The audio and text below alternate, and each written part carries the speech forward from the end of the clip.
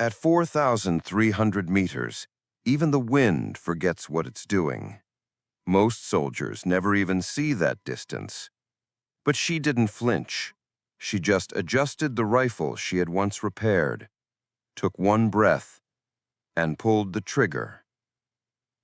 You're watching the Storyscape, where quiet legends come to life. Stories of the underestimated, the overlooked, the ones nobody saw coming. If you enjoyed tales of quiet strength and impossible skill, don't forget to subscribe. And let us know in the comments, where were you the moment you proved them all wrong? The next morning, the wind rolled in early over Range Echo 9, also known as the Ghost Line. It was a forgotten strip of cracked concrete and dirt berms hidden behind a line of rusted hangars and satellite dishes no one maintained anymore. Beyond the main field lay a ridge, barely visible to the naked eye, and just beyond that, 4,300 meters of silence. There wasn't a man on base who didn't know the legend. No one had ever hit a target from that far on their first try. That's where they were setting up. 3 Humvees pulled in around 0700, loaded down with cases of ammo, steel targets, ballistic computers, and a dozen caffeine-fueled snipers ready to prove something. Rourke was the first out, still chewing gum, still cocky as ever. He glanced around as if already bored with the day. "Where's your civilian rifle whisperer?" one of the team joked, slapping the side of a Pelican case. "Probably still polishing bolts back in Bay 12, someone else said. Rourke didn't reply. He just glanced toward the tree line. And that's when she stepped out. No fanfare, no rifle case. Just a beat-up duffel, windbreaker zipped to her chin, and an old shooting mat slung over one shoulder like it belonged to someone else. She walked straight through the gravel lot, not making eye contact with anyone, and set her bag down on the far end of the platform. "She's actually here," one of the younger snipers muttered. "Didn't think she had the guts." Monroe unrolled the mat with a quiet flump, then pulled out the rifle. Not regulation, not standard issue. It looked like a Frankenstein's monster of spare parts and old soul. A .375 Chaytak she had rebarreled herself with a carbon-sleeved match-grade pipe and a handmade walnut stock darkened by years of oil and her own calloused palms. She laid it down like it was something sacred. Rourke strolled over, hands in pockets. "You really think you're gonna shoot that far with that?" Monroe adjusted the bipod without looking at him. "It's not the rifle," she said. He smirked. "You think you can read wind better than this?" He held up a Kestrel meter, digital, top of the line. "I think your Kestrel hasn't spent 20 winters watching tree lines in silence." Rourke blinked. A few of the guys behind him exchanged looks. "You're serious," he said finally. Monroe pulled out a thin leather notebook, its corners frayed from use. Inside were handwritten dope charts, wind call graphs, humidity estimates, even hand-drawn trajectory curves. She didn't say anything else. She just set the notebook down beside the scope and got to work. No warm-ups, no test shots, no spotter. She knew the shot was a message, not a test. By 08:15, the wind had shifted just slightly, 2.6 knots west-southwest at surface, with irregular shearing currents at altitude. Monroe noted the shimmer near the distant ridge. That wasn't mirage. It was information. The temperature shift, the wind break, the sun's angle through morning haze. She was listening. The team had started lining up their own shots. Each sniper got 2 rounds. Closest impact to center would be logged and shared later. Most were overshooting, some undercorrected. 2 rounds clipped the target zone, but missed the steel entirely. And then Monroe stood up, smoothed out her sleeves, and stepped onto the pad. Nobody said anything, but the sudden quiet was its own kind of announcement. She lay prone, calm, methodical.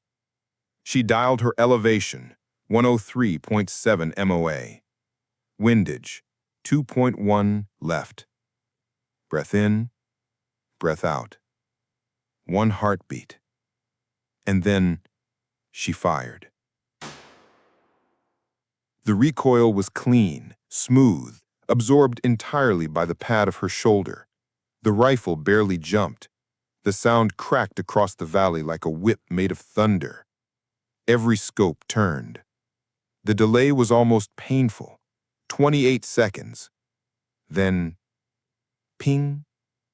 A pure bell-tone ring that echoed back like a secret someone had been waiting decades to hear. Dead center impact. Silence followed. No one moved. Even Rourke's smirk had frozen. Someone whispered. She didn't even blink. Monroe sat up slowly, brushing dust from her forearms. She looked at no one, made no comment, just reached for her brass, pocketed it, and calmly zipped up her duffel. "You've got to be kidding me," one sniper breathed. Rourke stepped forward. "Did you calculate spin drift?" "Yes." "Coriolis?" "Yes." "Thermal layering?" "Yes." He let out a soft laugh, not mockery this time. Respect. Maybe even awe. "Who are you?" Monroe looked at him and said simply, "The one who fixed your rifle last week." And with that, she turned and walked off the platform, leaving a dozen men who had written her off now struggling to understand how they'd just been outshot by the quietest person on base. The rest of the morning, nobody touched the range. They didn't need to. The range had already been claimed. That night, Range Echo 9 stayed empty long after the rifles were packed and the ammo boxes latched shut.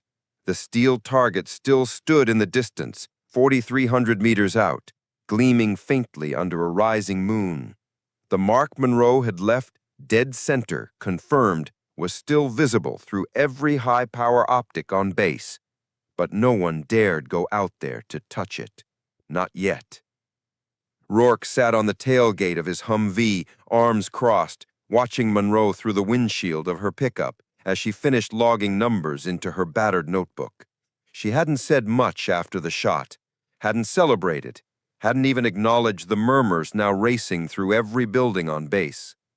To most people, the shot was a miracle, a 1 in a billion anomaly. To her, it was inevitable. He finally walked over, kicking gravel under his boots. "You memorize that distance?" Monroe didn't look up. "I've seen that ridge before." Rourke raised an eyebrow. "On Google Earth?" She shook her head. "Montana." And just like that, something shifted. He knew that tone, the kind that came from a story most people didn't share unless something cracked open first. "I used to visit my grandfather up in Deer Lodge, old Marine sniper, Korea. Taught me how to read wind before I was tall enough to hold the scope steady. We didn't shoot deer. We shot soda cans from canyon walls. He called it listening to the math." Rourke leaned against the doorframe, silent. "When I was 15, he lined up a watermelon at the far end of a dry gulch." Said, "This is your ghost shot. The one that lives in your bones until you make it real. I missed it that day. Never got a second chance." She closed the notebook. "You just got it," Rourke said softly. Monroe didn't smile. "No, that wasn't it. That was a different shot. This one was for the people who thought I was invisible."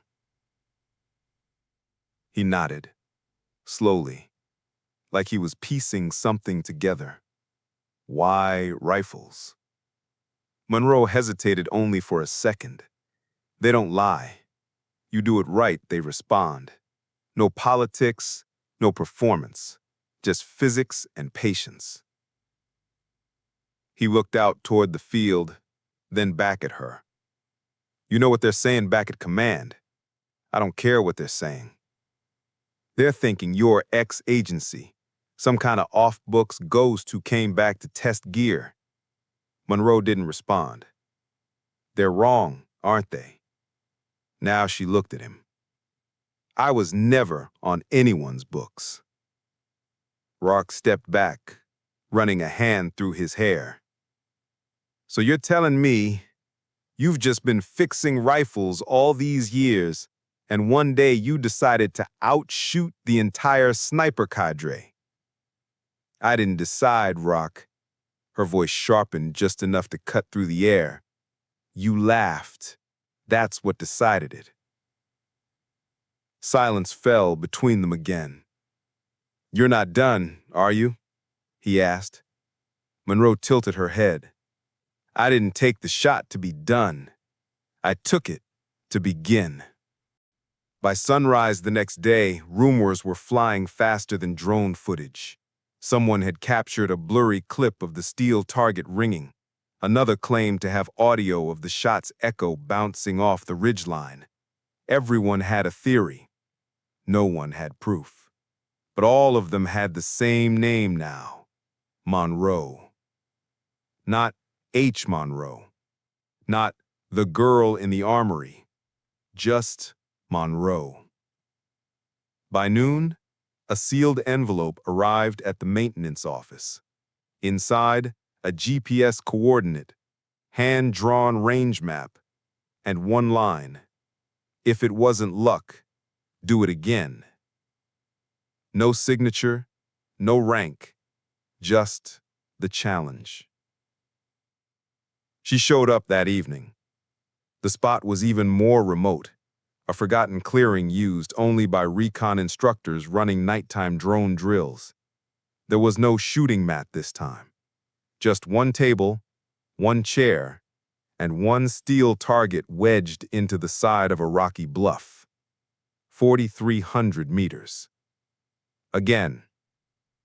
This time, Monroe didn't bring a rifle bag. She brought her grandfather's bipod, wooden legs, rusted bolts, each scratch a memory. She slid it beneath the rifle, adjusted the height manually, and looked down range. Behind her, Rourke watched from a folding chair, binoculars in hand. No banter, no bravado. He had finally realized she wasn't playing a game. She was answering something. Monroe note, adjusted the cheek pad, and whispered the same numbers she had memorized years ago. Elevation, 6,108 feet. Wind, 3 knots north-northwest. Drop, 318 feet. Then she squeezed the trigger. This time the impact came faster, clean, centered. Even the wind seemed to still itself in reverence. Rourke stood without a word. He didn't applaud, just nodded. You just made history, he said. Monroe turned toward him, voice barely audible. No, I just honored it. 3 days later, the buzz had reached Washington. Not officially, of course. There were no press releases, no memos sent through military channels, but whispers spread faster than orders. And when a civilian hits 4,300 meters twice, both times clean, word travels in strange ways. Someone high up had forwarded drone footage to the Department of Defense. Someone else had pulled up every camera angle from Fort Bliss, trying to find out who Monroe was. But the base record showed exactly what she said they would. Civilian contractor, maintenance level 3, no combat certs, no deployment history, no sniper school, no security clearance. And yet, 2 confirmed shots that outperformed every known record. By the end of the week, a dark SUV rolled through the gates of Fort Bliss. 4 people stepped out. One was a colonel from SOCOM, Another wore the polished shoes and quiet stare of someone from DARPA. The last two didn't give names, but their badges clipped under their jackets suggested something deeper. They weren't here to shake hands. They were here to find out if a myth had just walked into their weapon development program without asking permission. Rourke met them at the edge of the range. His face told them everything they needed to know. Yes, the story was true. Yes, he saw it with his own eyes. No, there were no edits, no digital trickery, just Monroe and a rifle and something they couldn't measure on paper. "Where is she?" the DARPA rep asked. Rourke gestured toward the far end of the range, where a woman sat alone under a metal awning, notebook open, pencil in hand, scribbling wind corrections into an old shooting chart from the 1970s. She didn't glance up. "That's her?" the colonel asked, skeptical. Rourke smiled. "She doesn't look like much, until she pulls the trigger." They offered her a job that afternoon. Classified R&D, autonomous precision weapons, private range, unlimited resources, triple the pay.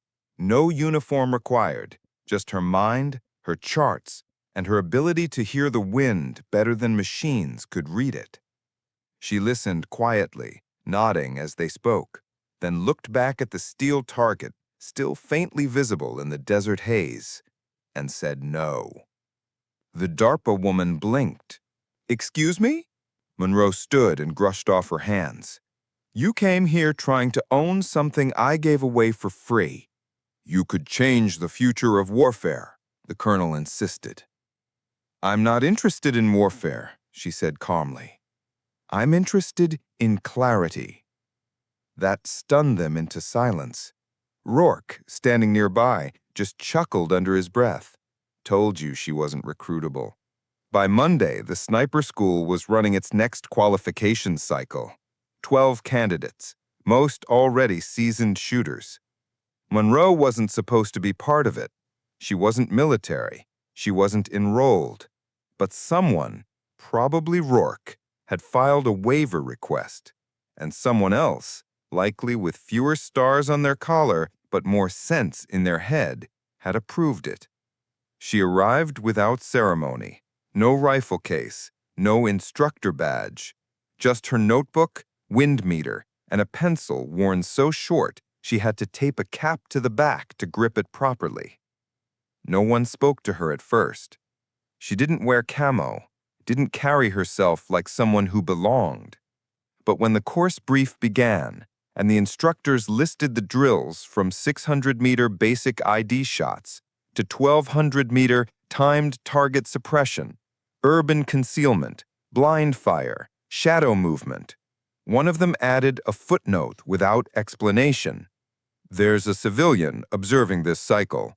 She won't be scored, but her shots will be logged." That civilian sat near the back, legs crossed, scribbling calculations into the margins of an old map of the range. One candidate muttered under his breath, "Great, we've got a tourist." Rourke, now quietly inserted into the instructor rotation, overheard him. He didn't even look back, just said, "She's the reason you're even having this cycle." And that was that. By the end of day 1, Monroe had the cleanest scores. By day 2, people were asking her for tips. By day 3, no one called her a civilian anymore. But it was day 4 when everything truly changed. The blind fire drill. It was the one designed to break confidence. No spotters, no electronics, no second shots. Just raw instinct, body stillness, and the kind of mind that could turn pressure into precision. The targets were spread between 800 and 1,200 meters, hidden in terrain. No glint tape, no heat signatures. Candidates were given 10 minutes under blackout tarp with a single dinner plate-sized opening and their rifle. Most missed. Monroe didn't. She waited 8 full minutes before even touching the trigger, then fired twice. 2 shots, 2 pings. Silence. The instructors were dead still. The head trainer, a former Delta sniper with 20 years and 3 wars behind him, simply looked down and wrote 2 words on his clipboard. Not luck. Later that night, Rourke found her sitting alone in the briefing room, pencil between her fingers, drawing wind charts by hand under a desk lamp. You know they're going to deny you qualification. I know. You're out shooting everyone. That's not why I'm here. Then why are you? She looked up at him, not angry, not wounded, just calm. Because every day I cleaned rifles that came back from places I'll never see. Rifles covered in dust, in mud, in things no one wants to describe, and I always wondered, did the person holding this know what they were carrying? Did they respect it? Rourke leaned on the doorframe. You're the first person I've met who talks about guns like they're alive. They are. Every shot is a decision, a story, a memory. He didn't reply for a long time, just watched as she circled something on her chart and wrote one word beneath it in clean graphite lines. Proof.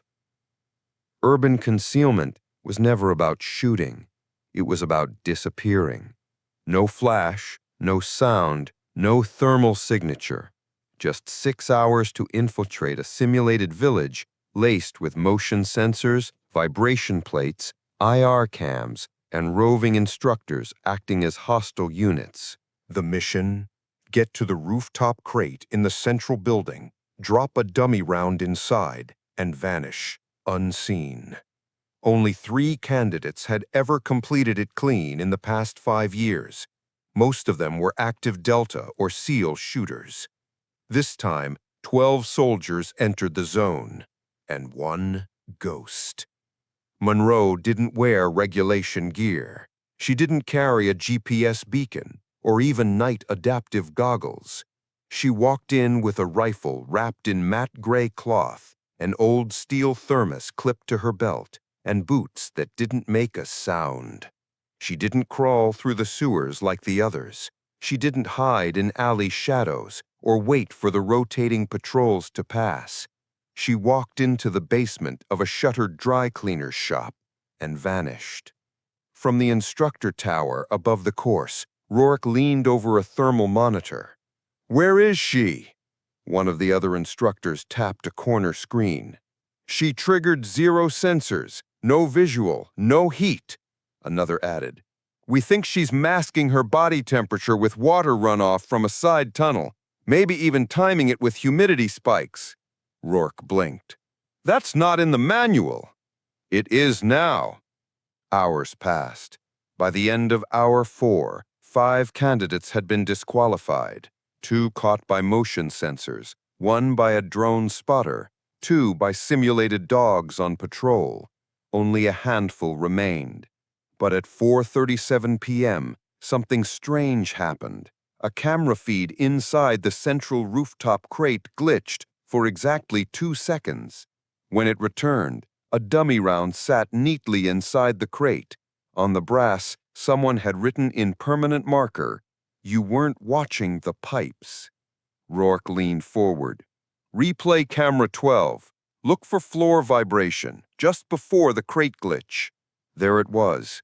She had come up through a storm drain no one had mapped in over a decade, slipped beneath the building, and emerged from a ventilation shaft behind the camera's blind spot. She never showed up on thermal. She never left a single footprint. She had become the air. That night, the barracks were buzzing. Not loud, not with gossip, with awe. People stopped calling her civilian. They started calling her standard. Even Maddox, the private who once scoffed, now sat beside her during downtime, sketching diagrams of wind current cycles and asking her what harmonic barrel bounce actually meant in real-world math. She answered quietly, pencil tapping as she explained. Not like a teacher, like someone who was simply remembering how she learned. Day 6 brought the final known challenge, the blind fire ridge shot. Each candidate would lie prone under a blackout tarp, facing a mountainside across a shallow valley. No digital scopes, no spotters, no dope cards, just instinct and memory. Rourke approached her before the drill began. "You know you don't have to do this," he said. "I do. They're going to say it was luck again." "I know." She pulled her hood up and disappeared beneath the tarp. Wind across the ridge was irregular, gusting between 3 and 6 knots, switching from east-northeast to due-west in 30-second windows. No tree line to read, no mirage, just a flat sky and distant thunder threatening to cut visibility at any moment. Most shooters missed or timed out. Then came her turn. She lay still for 8 minutes, then fired once. 26 seconds later, the steel target rang. Clean hit. Slight right edge. 2 seconds later, she adjusted and fired again. Ping. Dead center. The instructors didn't speak. One of them just wrote, "Record." After sunset, Rourke found her alone again, watching the storm roll in from the west. He dropped a folded flag beside her. "This is for whoever breaks a long-range record," he said. "Tradition says you keep it for 24 hours before we frame it." She looked at it, then picked it up, stood, and walked across the field. She placed it in Maddox's hands. He blinked. "Me? You're the one who's going to need it next." No speeches, no clapping, just quiet nods. One by one, the others stopped what they were doing and turned toward her, not to celebrate, not to question, but to listen. Because the ghost in the armory wasn't a rumor anymore.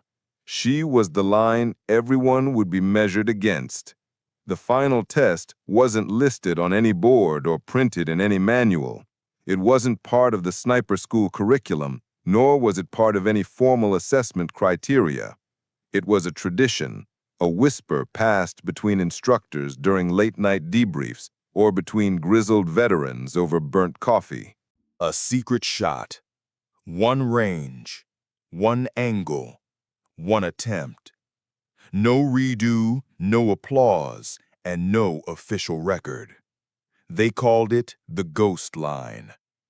It was a private challenge, a rite of passage so demanding that most candidates never even heard about it, and those who did rarely asked for it. The target was placed at a range so extreme, across so many environmental variables, that only 2 men in the program's history had hit it clean. The most recent had done so after 5 years of preparation, 3 different rifles, a custom scope array, and an entire support crew calculating wind metrics in real time. Even then, it had taken 4 attempts. Monroe had only her rebuilt rifle, a hand-drawn ballistics chart, and the memory of wind patterns she'd studied like scripture. She had no spotter, no instructor standing behind her, no digital assistant feeding her corrections. Just the sound of the wind moving across high-altitude grass and the weight of a bullet waiting for her breath to steady. That morning, just before sunrise, she woke without an alarm. The others were still asleep, scattered across bunks and field mattresses, unaware that a test even remained.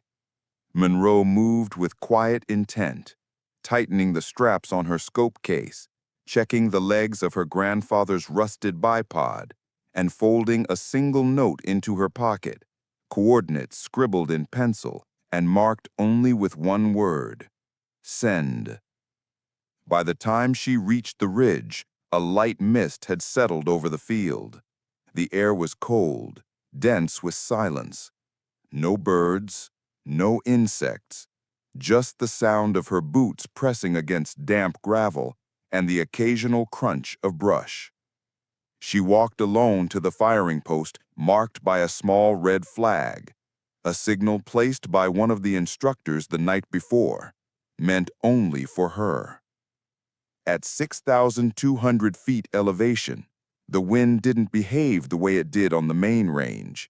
It twisted, curled, broke apart, and rejoined in ways only those with a hunter's memory could read. There were no tall trees to watch, no mirage to calculate from. The only visible sign of air movement came from a torn plastic strip someone had tied to a distant fence, now fluttering in uneven pulses. Monroe laid her mat down without hesitation. She unwrapped the chai tack from its canvas sleeve, checked the bolt, and clipped in a round she had polished herself the night before. Everything was measured. Every setting was intentional. She adjusted her scope to match the distance she had calculated using topography charts and analog math. 4,300 meters across two shallow valleys over the crest of a weather-beaten ridge, aiming at a moving steel silhouette barely the size of a man's torso. The target swayed, suspended by a loose hinge to simulate environmental unpredictability. From the overlook tower, Rourke stood with the instructors. They didn't speak. No one did. This wasn't about status or ranking anymore. This was about witnessing something beyond procedure. A few had tried to record it, but Monroe had refused. If it's real, it doesn't need proof. And strangely, they had understood. She settled behind the rifle, rested her cheek against the stock, and inhaled once, deeply. Her eyes narrowed, not with strain, but focus, complete immersion. She adjusted her position by half an inch, shifted the bipod leg slightly to counter the slope, and aligned her shoulder until the recoil would transfer perfectly into the mat. Her left hand hovered over the turret dial. She didn't look at any of them. She didn't ask for confirmation. She didn't even ask if they were watching. Rourke's voice came through the earpiece she wore. "You sure you want this shot?" Monroe didn't move. "I've already taken it. I just haven't pulled the trigger yet." He paused. "Wind's bouncing. I know. Shear's unpredictable. I know. You miss, there's no do-over. I'm not planning to." And then the line went dead. She counted under her breath. 1, 2, 3. On 4, she squeezed the trigger. The rifle fired with a deep, restrained thunder that rolled through the ridge like a held breath being released. The muzzle flash was brief, the recoil sharp but clean. The shot disappeared into the mist, and time seemed to slow. No one spoke. Every instructor behind Rourke stood frozen. Even the most seasoned veterans, men with decades in the field, said nothing. The seconds passed. 20, 25, 28. And then, in the far distance, the red flag hanging beside the steel target dropped. Confirmed impact. Center mass. The instructors didn't cheer. Rourke didn't smile. The silence was too heavy for that. The gravity of what they had just witnessed wasn't something to be clapped at. It was to be absorbed, respected. They had seen something rare, something sacred, a shot not made with muscle or rank, but with stillness, memory, and mathematics woven into instinct. Monroe stood slowly. She didn't stretch or exhale with relief. She just picked up her brass, folded the mat, and walked away. No one followed her. No one dared interrupt whatever thoughts were carrying her through the fog. She didn't ask for acknowledgement. She didn't even look back at the steel. She knew it had landed. She'd known before the rifle cracked. Later that day, a representative from DARPA arrived at the base. Alongside him were two special forces advisors and a black-suited civilian from a three-letter agency who never gave a name. They brought contracts, offers, Class A clearance, project leadership, access to experimental range designs, and prototype ballistics. They were offering her a future most shooters would have killed for. She listened quietly, nodded politely, then declined. Why? The rep asked, baffled. You've done something no one else has. We're offering you a seat at the table. Monroe folded the paper once and handed it back. I'm not here to sit at anyone's table.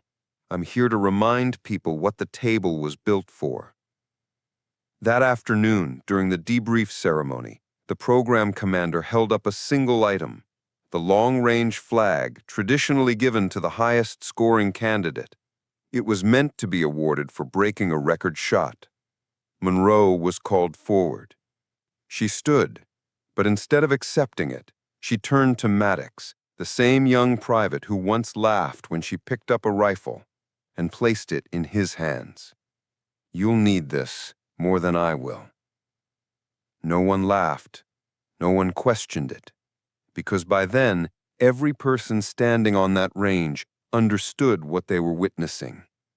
They weren't seeing a soldier rise. They were seeing a new standard being set. And Monroe, quiet, sharp, untitled Monroe, walked off the field without turning back, because she hadn't come to earn a ribbon. She had come to restore meaning to the trigger, to the wind, to the stillness before the shot. And that was something no medal could capture.